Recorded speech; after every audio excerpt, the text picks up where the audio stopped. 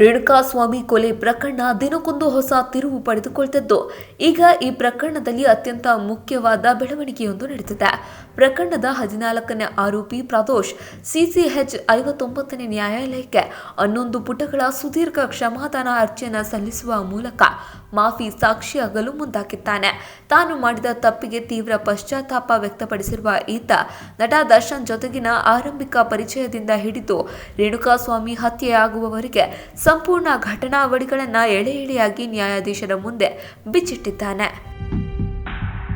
ಪ್ರದೋಷ್ ತನ್ನ ಅರ್ಜಿಯಲ್ಲಿ ತಿಳಿಸಿರುವಂತೆ 2003ರಲ್ಲಿ ಜಯನಗರದ national college ಮೈದಾನದಲ್ಲಿ ಕ್ರಿಕೆಟ್ ಆಡುತ್ತಿದ್ದಾಗ ಆತನಿಗೆ ನಟ ದರ್ಶನ್ ಅವರ ಪರಿಚಯವಾಗಿತ್ತು. ನಂತರ 2024ರ ಜೂನ್ 8ರಂದು ಆತ ದರ್ಶನ್ ಅವರ ಮನೆಗೆ ತೆರಳಿದ್ದ. ದರ್ಶನ್ ಆತನನ್ನ ರೆಸ್ಟೋರೆಂಟ್ಗೆ ಕರೆದೊಯ್ದಿದ್ದರು. ಮಧ್ಯಾಹ್ನ ಸುಮಾರು 3 ಗಂಟೆ ವೇಳೆಗೆ ಪವನ್ ಎಂಬಾತ ಅಲ್ಲಿಗೆ ಬಂದು ದರ್ಶನ್ಗೆ ಮೊಬೈಲ್ನಲ್ಲಿ ಏನೋ ತೋರಿಸಿದಾಗ ದರ್ಶನ್ ತೀವ್ರ ಕೋಪಗೊಂಡರು. ತಕ್ಷಣವೇ ಪವಿತ್ರ ಗೌಡ ಅವರಿಗೆ ಕರೆ ಮಾಡಿ ಮಾತನಾಡಿದ ದರ್ಶನ್ ಪ್ರದೋಷ್ ಬಳಿ ಪವಿತ್ರ ಗೌಡ ಅವರ ನಿವಾಸದ ಕಡೆಗೆ ಕಾರು ಚಲಾಯಿಸಲು ಹೇಳಿದ್ರು.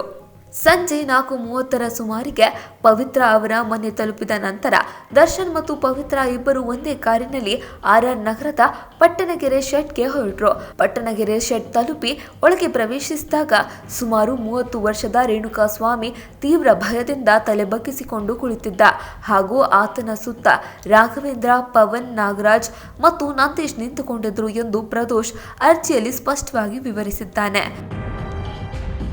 ಪ್ರದೋಷ್ ನೀಡಿರುವ ಈ 11 ಪುಟಗಳ ಪಶ್ಚಾತ್ತಾಪ ಹೇಳಿಕೆ ಮತ್ತು ಮಾಫಿ ಸಾಕ್ಷಿಯಾಗುವ ಆತನ ನಿರ್ಧಾರವು ಪ್ರಕರಣದ ತನಿಖೆಯಲ್ಲಿ ದರ್ಶನ್ ಸೇರಿದಂತೆ ಇತರ ಆರೋಪಿಗಳಿಗೆ ದೊಡ್ಡ ಸಂಕಷ್ಟವನ್ನ ತಂದೊಡ್ಡಿದೆ.